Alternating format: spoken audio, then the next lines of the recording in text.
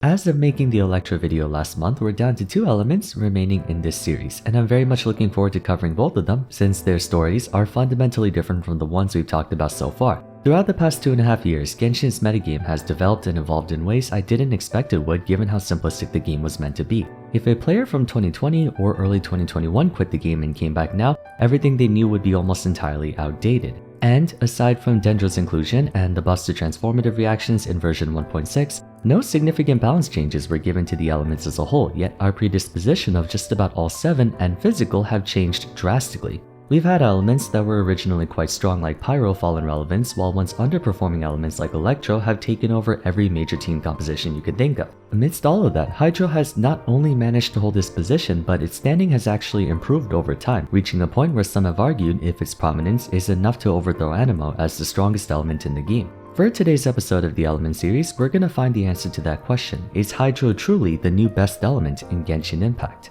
Hydro's enduring success can be equally divided between its internal properties and those who champion its power, an ethos that persisted since version 1. Traditionally speaking, Hydro, or in more general terms water, is associated with notions of healing and support in video games, but more symbolically, in the words of Uncle Iroh, it's the element of change. What I find interesting about water is that it's sort of an ambiguous middle ground between air and earth. The strength of air lies in its unobtrusiveness. It preaches ideals of going with the flow, changing direction whenever impeded to either circumvent or avoid any confrontation. Whereas for earth, it's the opposite, known for steadfastness, holding position and not yielding. We see this illustrated in the histories of Anemo and Geo. Anemo was popular at the beginning largely for its crowd control capabilities. The amazing area coverage of Venti and Sucrose gave us the impression that that's how Anemo was supposed to be. But then when things started to change, Anemo changed as well. There are still instances of crowd control being exercised, but in the present day, Anemo is more used as a driving catalyst for reactions, far different than what it used to be.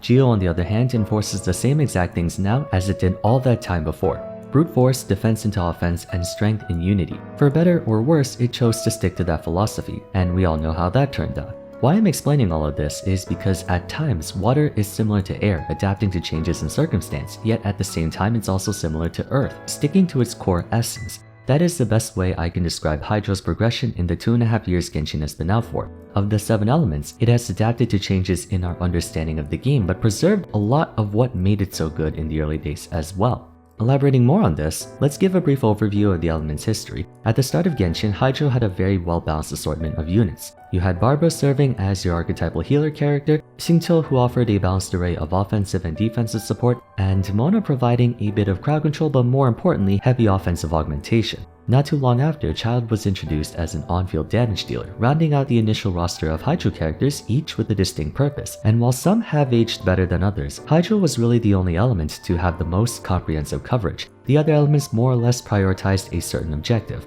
Pyro's units were very attack heavy, Geo units were very defense heavy, so on and so forth. Hydro would then go on for upwards of 10 months before receiving another character. In spite of that though, players weren't particularly bothered by it. Even though it had the smallest roster out of every element at 4, the versatility of those 4 in question was enough to satisfy many if not all of the element's expectations at the beginning, and so there was no demand for anything more. Regarding those expectations, Hydro distinguished itself by functioning as the companion element to the others instead of being the focal point itself. Even in the one reaction where you would expect it to be the star of the show, Vaporize, Reverse Vaporize is often the win condition more than the forward iteration, on account of Pyro being the more offensive element between the two thanks to its characters dishing out higher damage in a single blow, a sentiment encouraged by Mona's ability to take said damage and amplify it even further with her abilities. For the few players who endeavored to make use of forward Vaporize though, Childe was of course always available to do so. Circling back to the aforementioned point of Hydro's companionship with other elements, for Electrocharged, Hydro merely serves to conduct Electro by spreading it to other enemies through the wet status. For Freeze, once again, it exists to apply the wet status to others in order for Cryo to issue the freeze effect.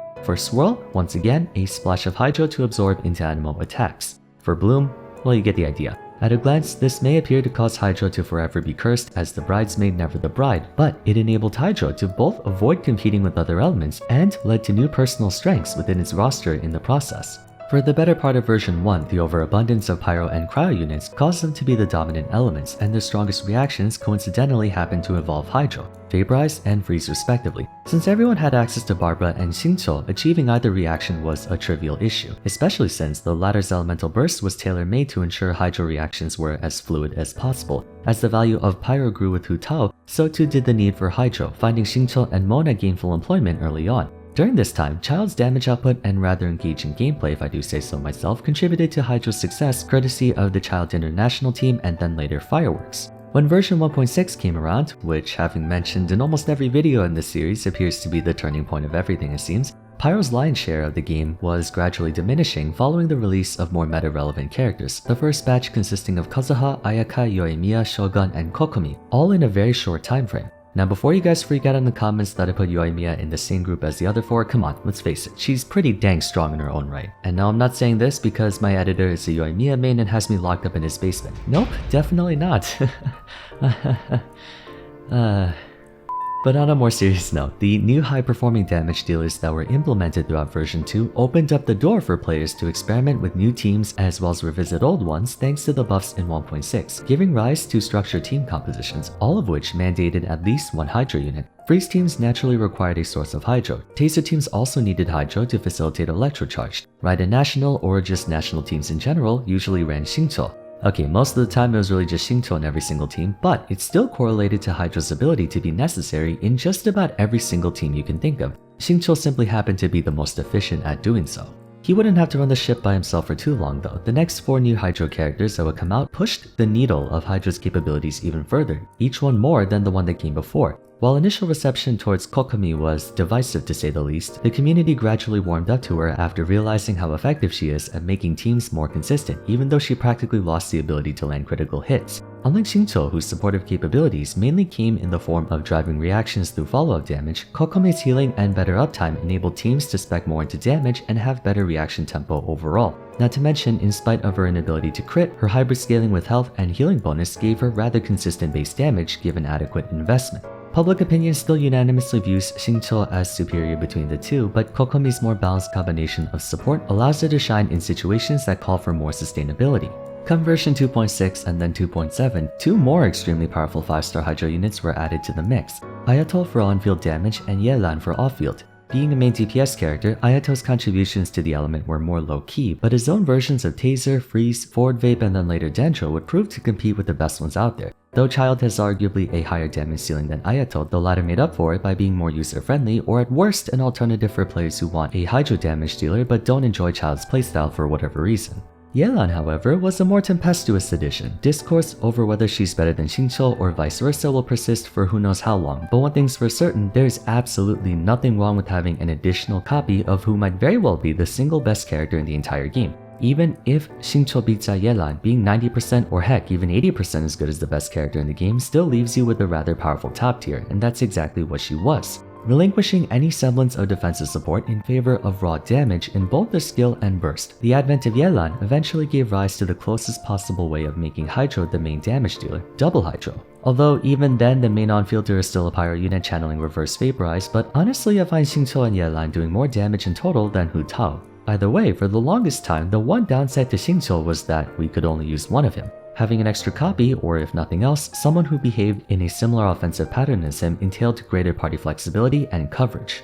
At this point, Hydro was in a very healthy spot, more so than any other element, prompting the community to reassess the circumstances of each element and raise questions on if Hydro was decidedly the new number 1. Not because Anemo wasn't good anymore, rather Hydro was simply getting better and better. It played an integral purpose in every meta-relevant team for its reactions, and its units were very proficient at doing so regardless of how it needed to be delivered. That's the thing. Before Dendro even came out, Hydro was already a staple component of basically every possible team you can imagine that wasn't mono-geo or physical related. And even then, you could make an argument to throw in Yelan or Xingqiu in either purely for the follow-up damage or Kokomi for the healing. Usage of Hydro's characters was so seamless that you could find an excuse to put them into any team composition with or without Hydro reactions, if that was even possible. Dendro's arrival in 3.0 drew a ton of attention to Electro, seeing as how the element, despite newfound appreciation through Raiden National and Taser, was still in need of a more definitive place in the meta, and they indeed received what they asked for. But I feel like the one who benefited the most from Dendro was actually Hydro, not Electro.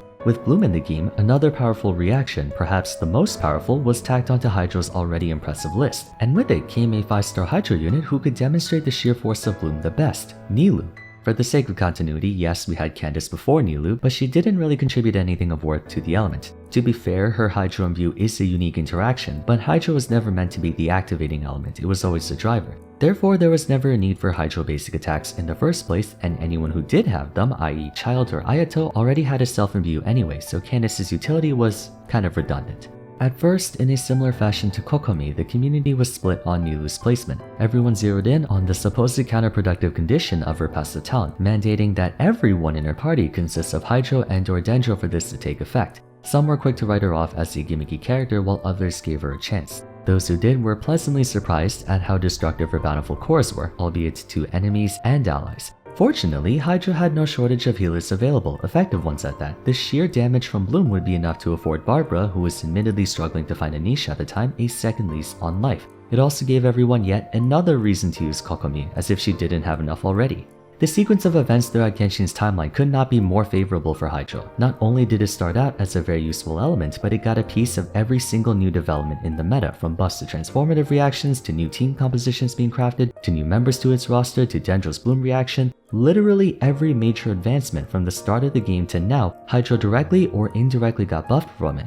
I also think a lot of this had to do with MiHoYo adhering to the strengths of Hydro very faithfully. Understanding that the main focus of the element was about facilitating others, they inadvertently, or maybe purposefully, ushered its characters into support or sub-DPS oriented positions, which happen to be the best roles in the game based on how party compositions are formatted. Kokomi, Nilu, Yelan, Xingqiu, Mona, Barbara, and even Candace can perform everything within their repertoire without having to be on field, and each of them can do so in a very fluid way. Not to mention, more thought and care was put into their hyperscaling of choice, HP, a very plentiful stat on account of one of the artifacts being guaranteed to have it as its main stat, and the increased likelihood of you getting HP main stat artifacts in general. The only other elements with the universal emphasis on a different stat would be Anemo or Dendro with Elemental Mastery, and surprise surprise, those two are also in contention for the best elements in the game.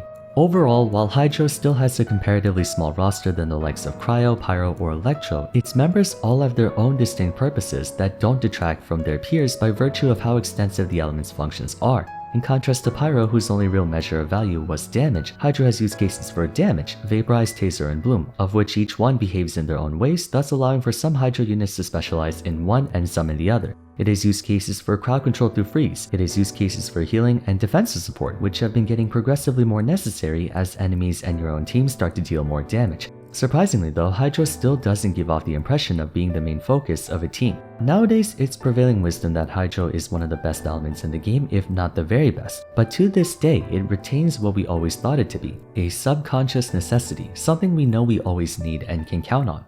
I think I can say with full confidence that Hydro has indeed surpassed Anemo as the best element in the game, and I'm expecting that to be solidified as objective fact once Fontaine comes out in version 4, accompanied by, of course, the Hydro Archon. If MiHoYo continues the trend of Archons ranking among the upper echelons of their respective elements, then logic dictates Focalors should in theory be stronger than Xingqiu, Yelan, Kokomi, or Nilu. Or maybe she might bring with her an entirely new supportive or offensive playstyle that we've yet to know about Hydro. Whatever the case, the element will only continue to get stronger. How can it not? Its fluidity allows it to take advantage of all the positives of every other element with none of the downsides if you think about it. Pyro was all about power. Hydro was able to enjoy that as well during the early days, but once brute strength was no longer the meta, it jumped ship and followed the new trend of reactions, and then followed better reactions as it came out. Anytime any of the other elements get buffed, Hydro gets a piece of it, and its roster is stacked beyond belief. I seriously cannot think of a single weakness for Hydro. If there is one, it's nowhere big enough to offset the countless strengths the element has. But enough gushing about it. What do you guys think about the element? Do you agree that it's the new top dog, or do you think Anemo or Dendro is the number one? Also, while you're at it, let me know what theories you came up with on what kind of playstyle the Hydro Archon will have in the comments down below. For now, if you enjoyed the video, it would be awesome if you could leave a like and subscribe. Don't forget to follow me on Twitter at Vars, join my Discord server, and check out my episodes on the other elements if you haven't yet. But till next time, thanks so much for watching, and I look forward to seeing you again soon. Take care.